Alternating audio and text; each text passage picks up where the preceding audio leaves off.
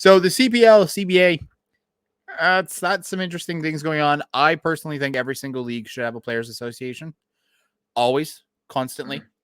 And this is now something that's kind of coming to fruition. And it's actually a little, I don't want to say discerning, but I could have swore they had one. It's it's a fact as well that it seems to be the only one that doesn't have one. Like, you know, like you get CBAs and NFL, MLS, NHL, MLB, like they all have them in North American sports. It's just how they do it.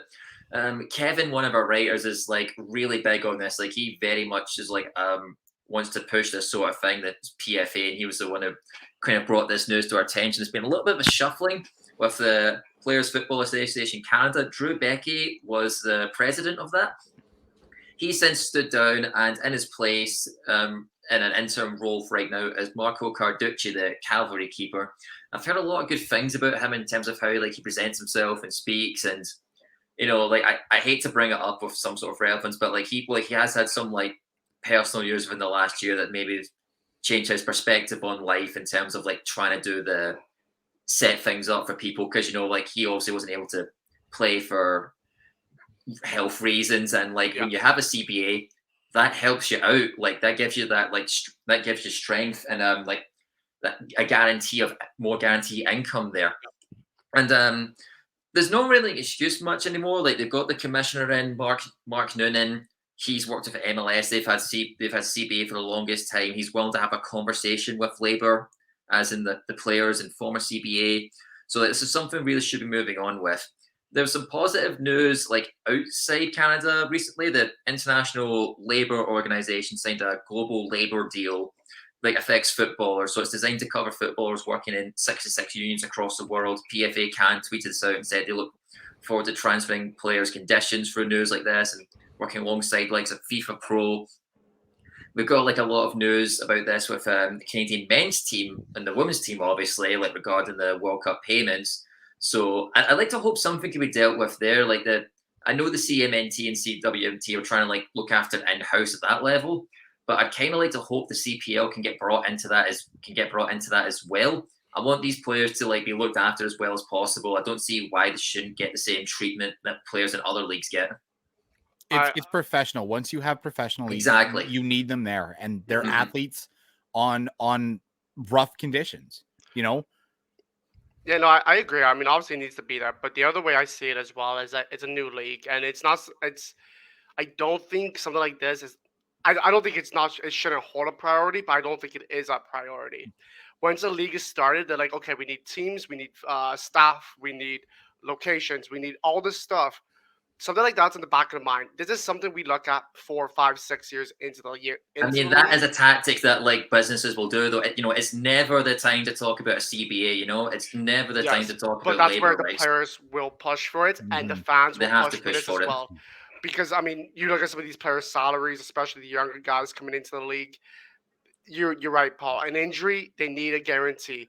I mean, even like you look at something like the NHL, they had something in place. It was maybe shitty, but like in the 80s, 90s, they had something in place to guarantee the veterans and the players who put their time into the league, and they need something like that, obviously, for here. But like I said, I'm not saying that it's not a priority, but I 100% get it why it's not done yet. It's like a money thing as well. It's things like player safety as well. Like, you know, for example, you look at the NHL, sort of like NFL. You look at the Miami quarterback who got two concussions in 4 days, and like doctors have been fired. They're looking at how they're going to change things. If that happened in the CPL, there's no they will probably would do something about it, but there's no demand or like right for them to do something about it. Well, that's when the fans would get more on it too, right? Yeah, that's when it becomes a real issue as well, like player safety.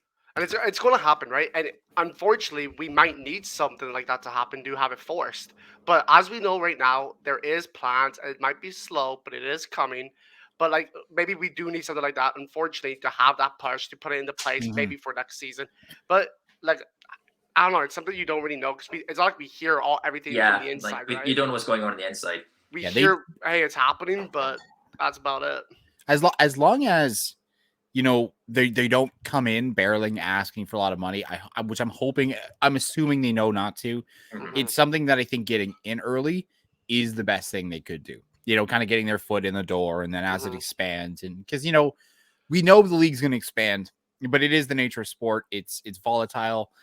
Who knows what it looks like in 20 years? You know, in 20 years, it could be MLS level salaries or even maybe a bit higher, or, you know, it could be still somewhat about this. It's so hard to say, but at least if they're in there, we can give that security. Because, you know, all it takes is like one or two players to get burned and you're going to lose all confidence. You know, one story comes out of a player getting injured and then he can't pay bills. And you know what? It just makes it hard for someone to, you know, come from Venezuela so far away from their family. That's a good point. And something happens and it's like, I don't have the family structures to even do something to take care of me and come and, you know, drive and pick me up. So it's hardly a selling point to go to a CPL team. If you got offers from a CPL team or a team from like, I don't know, like a lower Mexican league or something. Yeah. Well, like you said, like 100%, because I mean, I don't know what the salaries are like compared to other leagues, but I know something like in the CFL, a lot of players have to have summer jobs or winter jobs.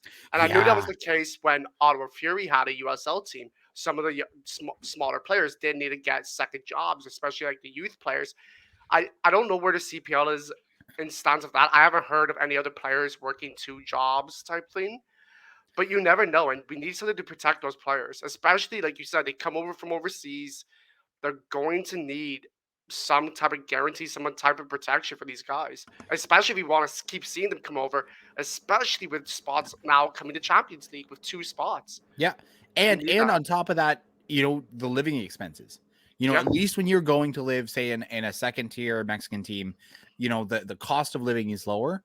But you have a fucking team in like Vancouver, like, or like Victoria. It's a BC town here.